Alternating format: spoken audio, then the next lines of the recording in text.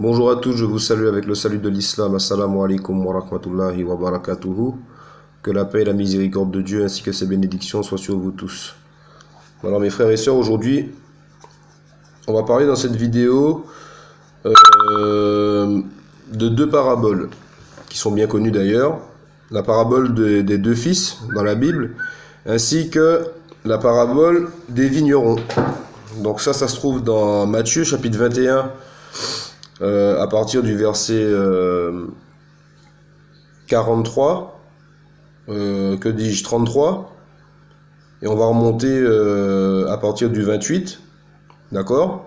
Et ensuite on va lier ces quelques versets que je vais lire avec le chapitre de Jean, chapitre 4, à partir le verset 21 nous intéresse, mais on va remonter pareil un petit peu en amont. On va commencer au verset 1. Donc je vais commencer la lecture, Inch'Allah. Donc là on va prendre Matthieu, comme j'ai dit, Matthieu chapitre 21. On va commencer au verset 28. D'accord? On va lire ce qu'on appelle la parabole des deux fils. Alors je cite, à partir du verset 28, « Que vous ensemble, un homme avait deux fils, et s'adressant au premier, il dit, « Mon enfant, va travailler aujourd'hui dans ma vigne. » Il répondit, « Je ne veux pas. » Ensuite, il se repentit, et il alla. S'adressant à l'autre, il dit la même chose. Et ce fils répondit, « Je veux bien, Seigneur. » Et il n'alla pas. Lequel des deux a fait la volonté du Père? Ils répondirent, « Le premier. » Et Jésus leur dit, « Je vous le dis en vérité, les publicains et les prostituées vous devanceront dans le royaume de Dieu. Car Jean est venu à vous dans la voie de la justice, et vous n'avez pas cru en lui. Mais les publicains et les prostituées ont cru en lui. Et vous, qui avez vu cela, vous ne vous êtes pas ensuite repentis pour croire en lui. » Donc là, on s'est arrêté au verset 32. D'accord? Donc on a lu du 28 au 32. Et on a lu la parabole des deux fils. Donc dans cette parabole, Jésus-Christ s'adresse aux pharisiens et aux scribes, qui lui posent beaucoup de questions et qui doutent de sa parole, qui doutent des miracles qu'il accomplit. Et donc, il leur donne une parabole avec deux fils. Et il leur dit, on prend l'exemple, il leur explique en fait, prenons l'exemple de deux fils. Il leur met en face cette parabole, prenez l'exemple de deux fils. D'accord? Un homme avait deux fils. Il s'adresse au premier, il lui dit, mon enfant va travailler. Et le premier fils, qu'est-ce qu'il répond? Je ne veux pas. Donc ça veut dire qu'il n'y va pas, il n'écoute pas à son papa, il n'écoute pas son père. Et ensuite, le même homme, donc le papa, il dit la même chose au deuxième fils. Et le deuxième fils, il dit, je veux bien, Seigneur. Et finalement, il n'alla pas. Donc il dit à son père qu'il veut bien y aller, finalement, il n'y va pas. D'accord? Alors que le premier, mon enfant va travailler aujourd'hui dans ma vigne, il répondit, je ne veux pas. Le premier dit qu'il ne veut pas y aller. Ensuite, il se repent et il y va. Le deuxième, il dit à son père, je veux y aller, mais il n'y va pas au final. D'accord? Et Jésus leur prend cette parabole et il leur demande, lequel des deux a fait la volonté du Seigneur? Ou la volonté du Père, comme vous voulez, ça dépend dans quel sens vous interprétez la parabole. Et donc, les pharisiens qui sont pas stupides, ils lui disent, ben, celui qui a dit qu'il n'y va pas et finalement il s'est repenti, ben, c'est lui qui a fait la volonté du Père.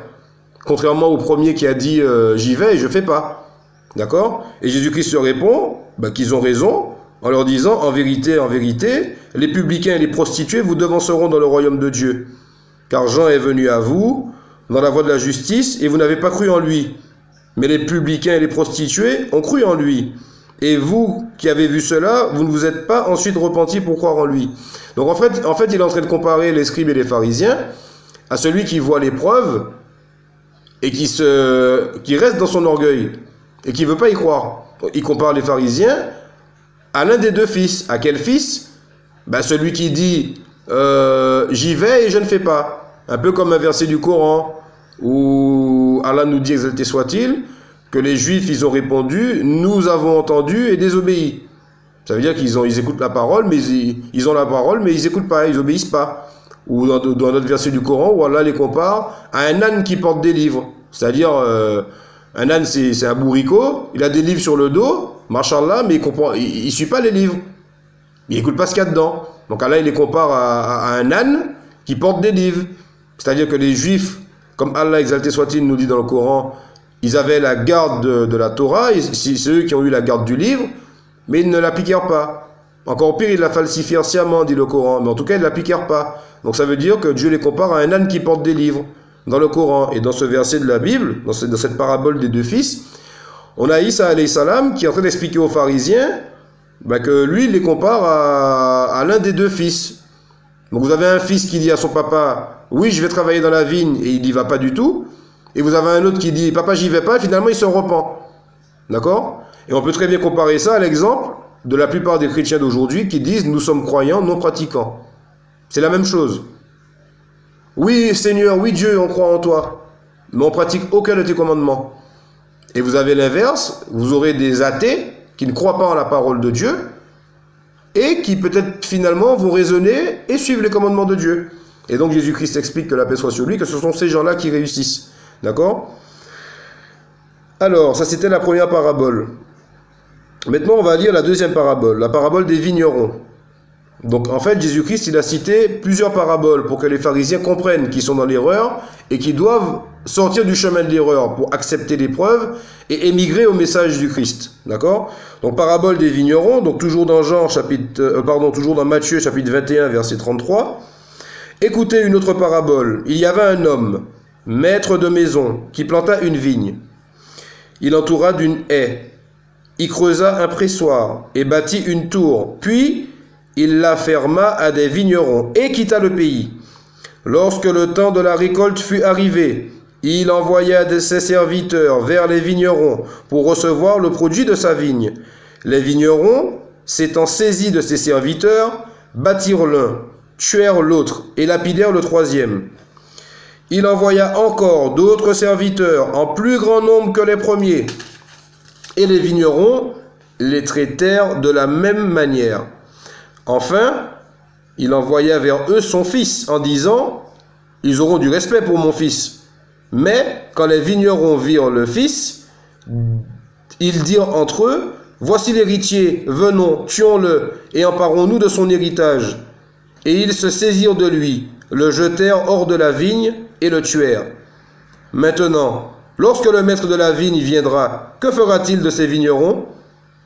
Ils lui répondirent, donc les pharisiens, répondirent à Isa, alayhi salam, il fera périr misérablement ces misérables, et il affermira la vigne à d'autres vignerons qui lui en donneront le produit au temps de la récolte.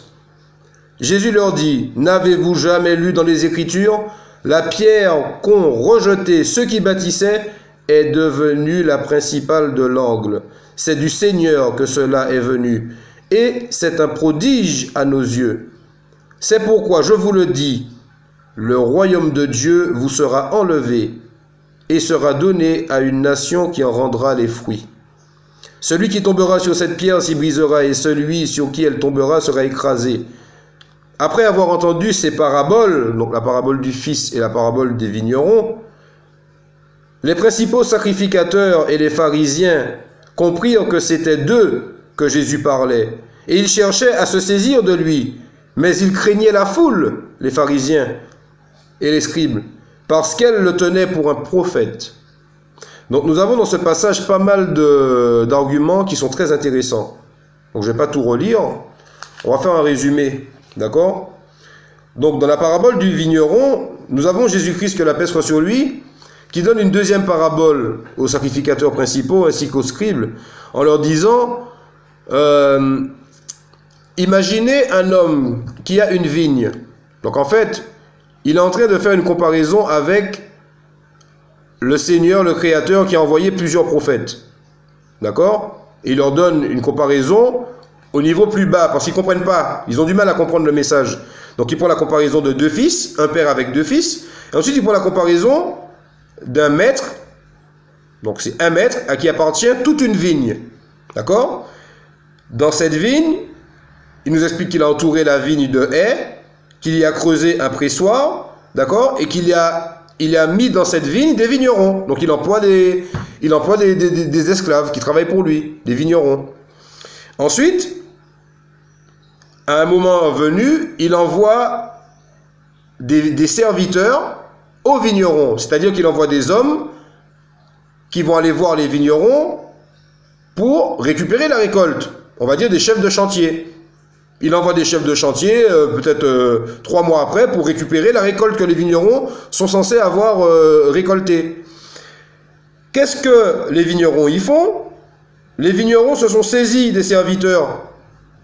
Donc ceux qui sont employés à travailler la vigne, ils ont saisi les serviteurs qui sont venus, puisque le serviteur, le chef de chantier, il vient tout seul. C'est comme si tous les ouvriers y viennent et ils ont saisi le chef de chantier, ils ont battu certains chefs de chantier, ils en ont tué d'autres.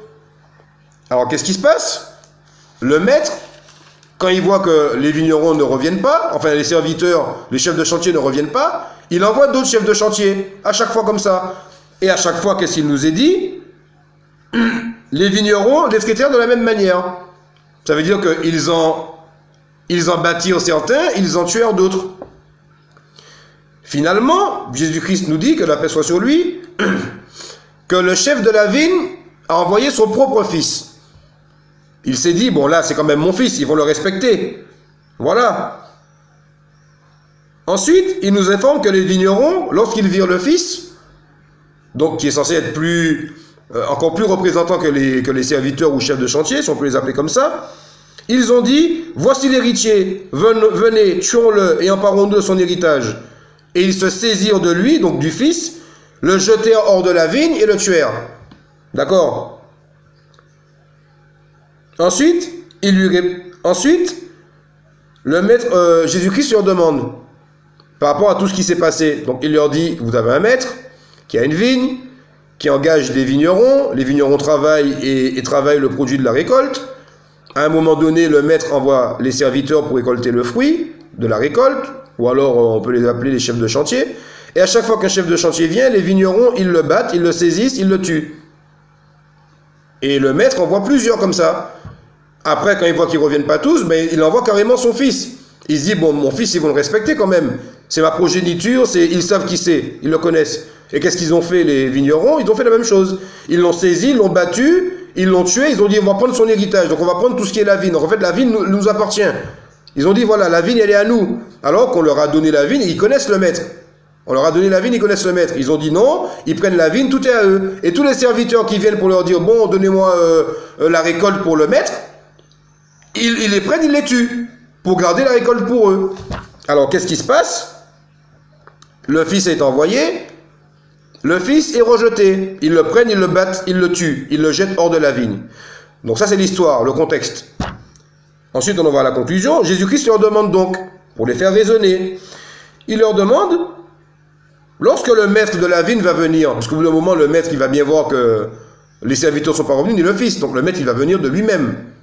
Lorsque le maître va venir, qu'est-ce que le maître va faire de ces vignerons qui ont tué les serviteurs et qui ont tué les chefs de chantier, qui ont tué leur propre fils? Alors les Juifs lui répondent en toute logique, ben, il va les tuer d'une façon misérable, ces misérables vignerons. Et il va donner la vigne à d'autres vignerons qui vont produire le fruit de la vigne et qui vont donner la récolte au maître, tout simplement. Ce qui est logique, puisque les premiers sont injustes. Et Jésus-Christ leur dit, là ils ont compris, c'est pourquoi je vous le dis, le royaume de Dieu vous sera enlevé et sera donné à une nation qui en rendra les fruits. Donc ça, c'est très important, ça. Le royaume de Dieu sera enlevé, donc il a parlé en parabole pour faire comprendre aux Juifs sacrificateurs et scribes qui étaient présents qu'ils agissent mal depuis des temps pas indéfinis, mais ça fait un moment que Dieu leur envoie des serviteurs, Dieu leur envoie des prophètes depuis un moment, et qu'est-ce qu'ils font avec les prophètes? Ils les tuent.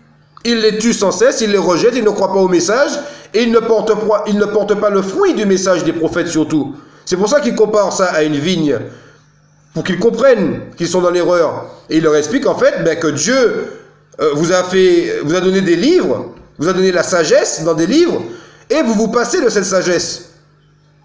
Vous êtes comme l'âne qui porte des livres sur son dos.